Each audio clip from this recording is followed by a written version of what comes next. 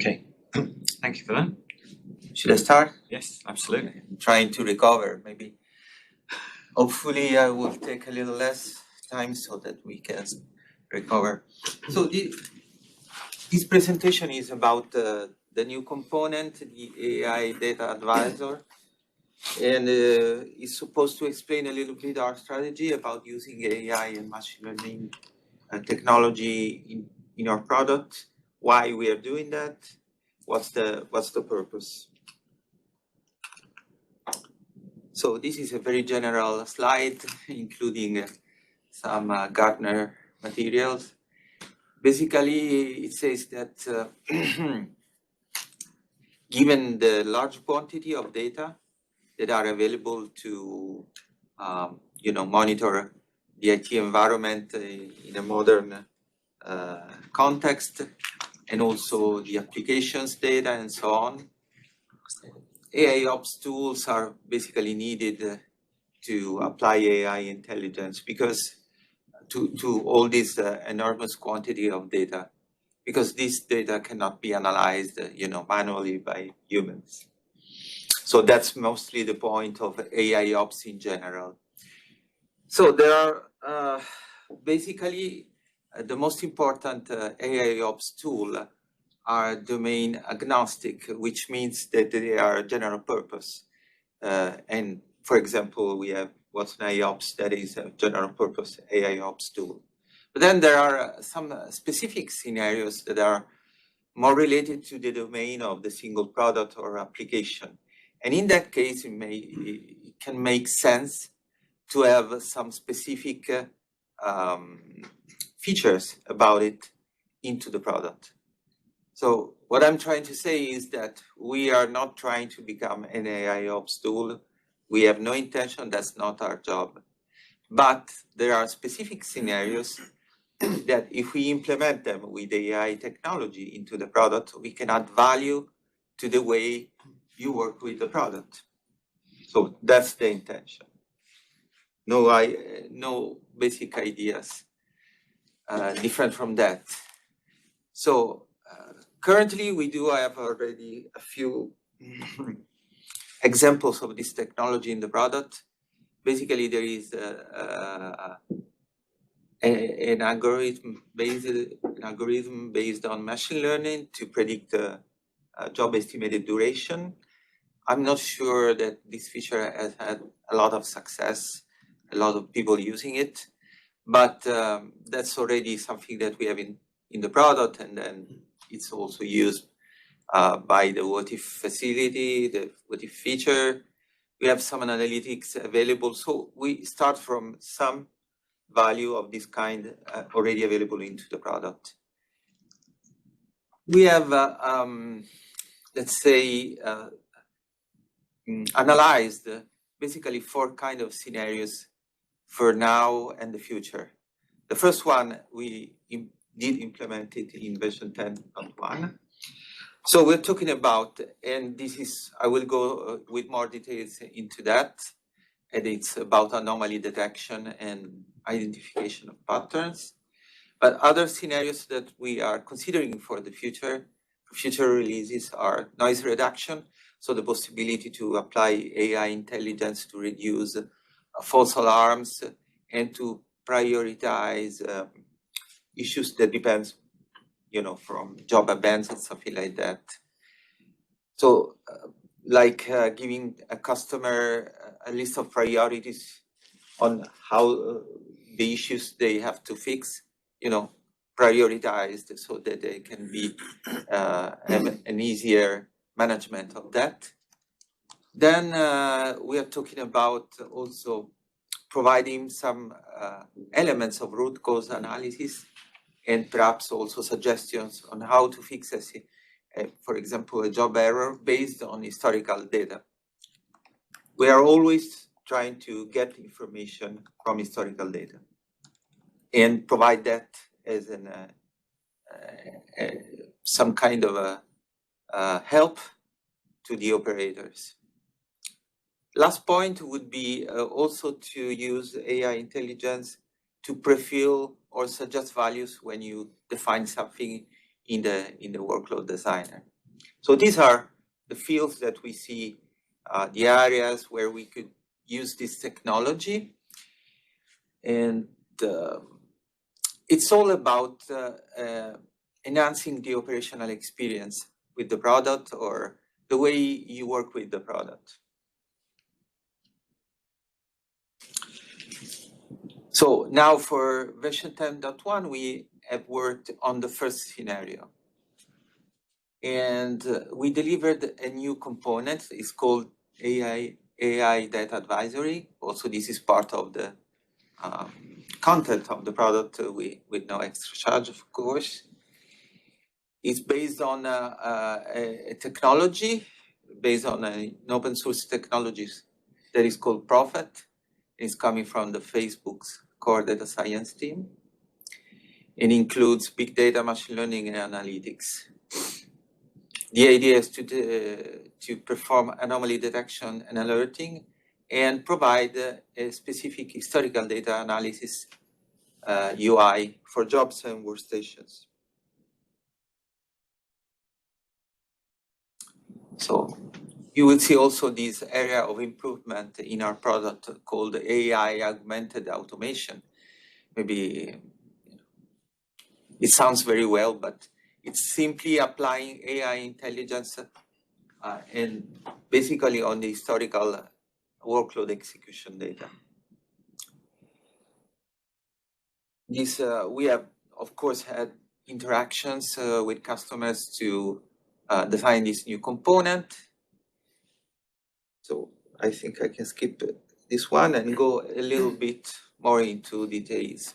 So what's the point here? What's the pain point we are trying to resolve?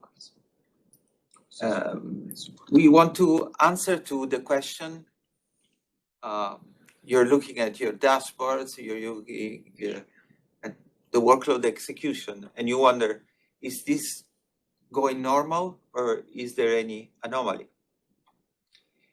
I remember more than once to have received this kind of requirement from customers, say, you know how we use the product, you have historical data, why don't you tell us if now it's going well or if something going different from usual? And that's the answer we are trying to give, let's say, with this feature. So normally how it works, there are what we have called here power operators, people that are more experienced with the product, that are used to monitor the product and have the feeling that something is not going well. So we would like to not substitute, but to provide the same kind of capability also to any kind of operator by providing anomaly detection. So we want to help operators to become, in a way, all power operators, but with the help of AI intelligence.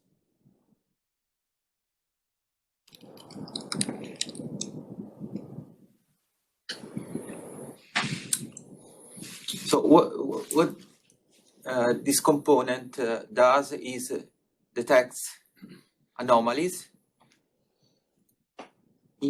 When an anomaly is detected, it sends an alert to the DWC operator user.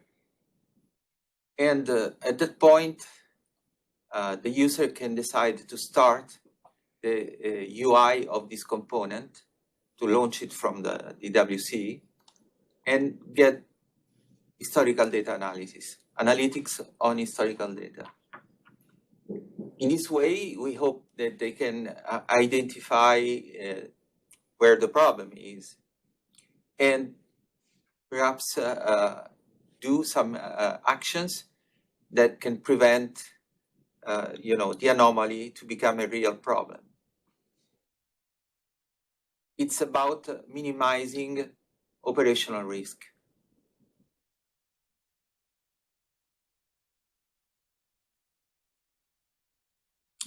So let's see how it works. Basically, what happens is that the The engine provides data through open metrics also for this feature. That's why I said that this could be used also for Z, because it is available also for Z, and so we can use the same data also for the observability. But anyway, these data are provided, and the AI Data Advisor component reads periodically this data and analyze it. Obviously, there is need of some time for this component to learn, to find the cycles of executions in your environment. So it has to learn. There's this phase.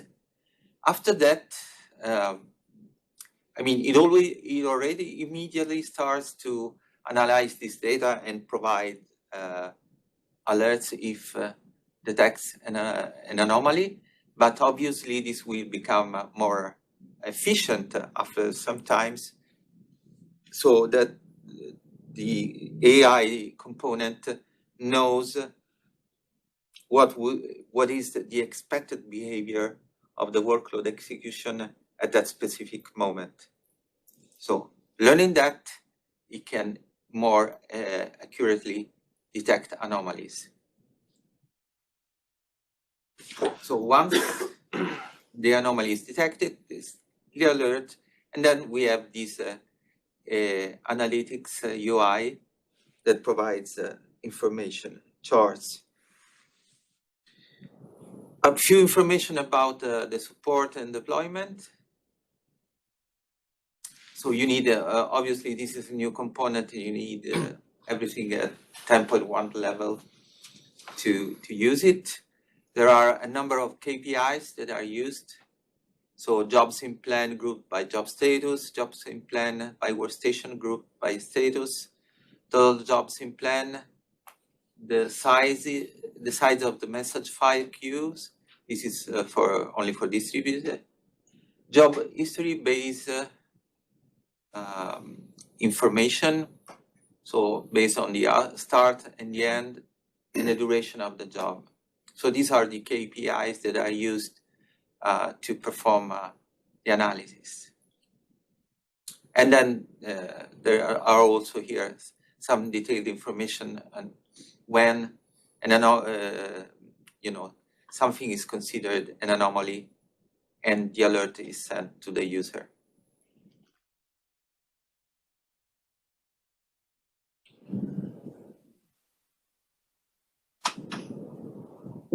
These are some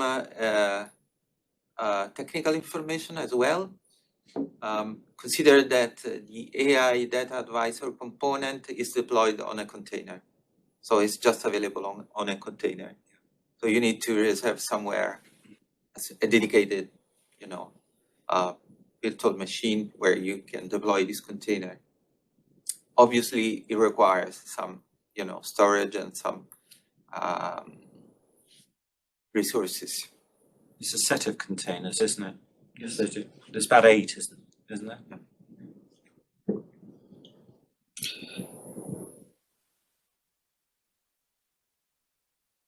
And then some other information about the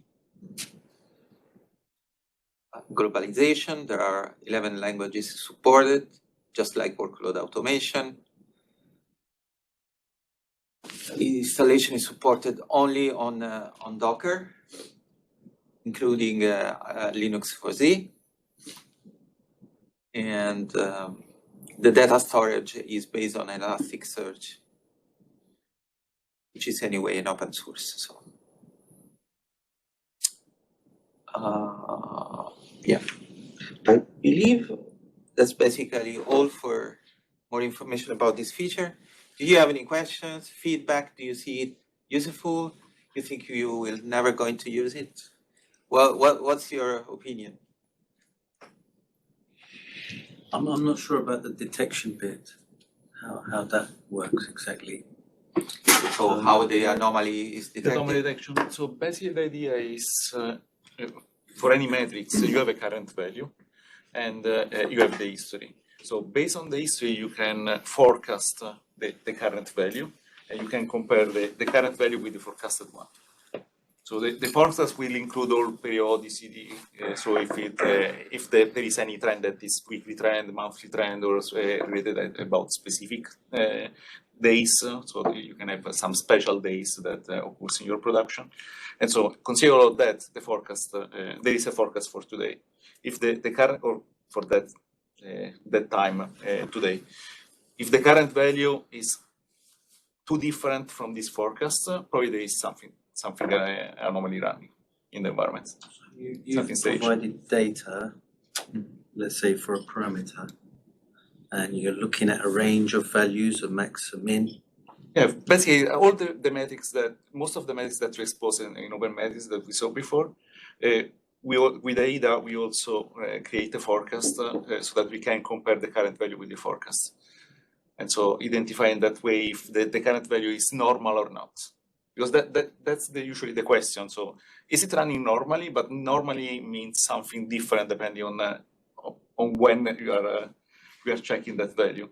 And usually operators, administrators knows how the environment is running.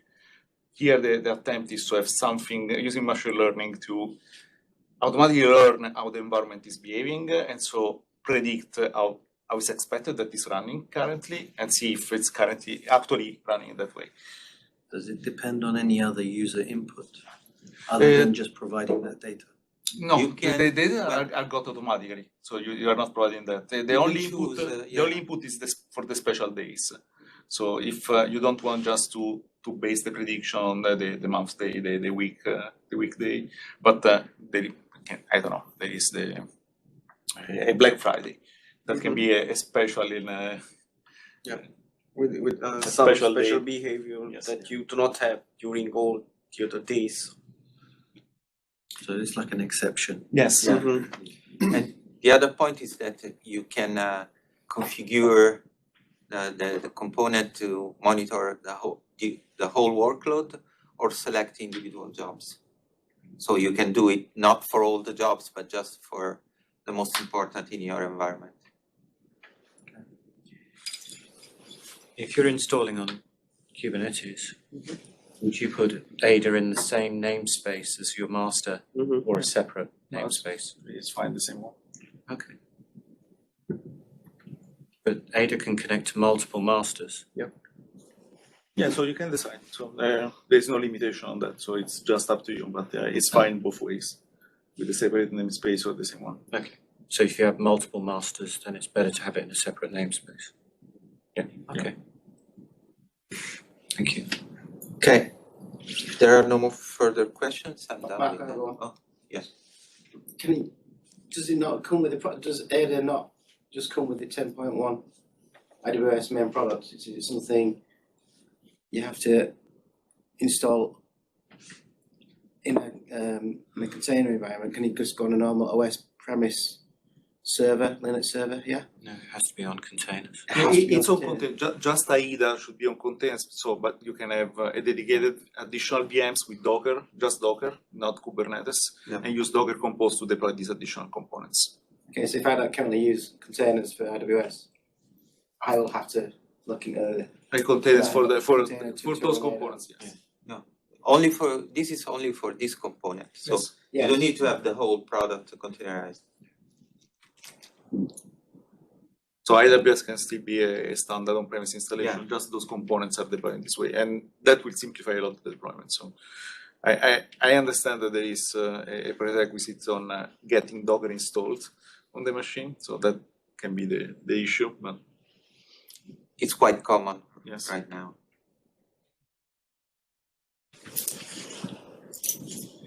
It's easy to install Docker on a Linux machine. Is it supported on CCX as well? I think so, yeah.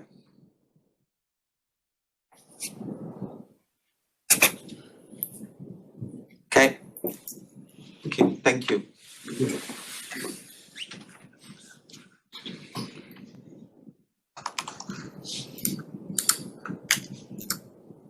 I think we've caught up now.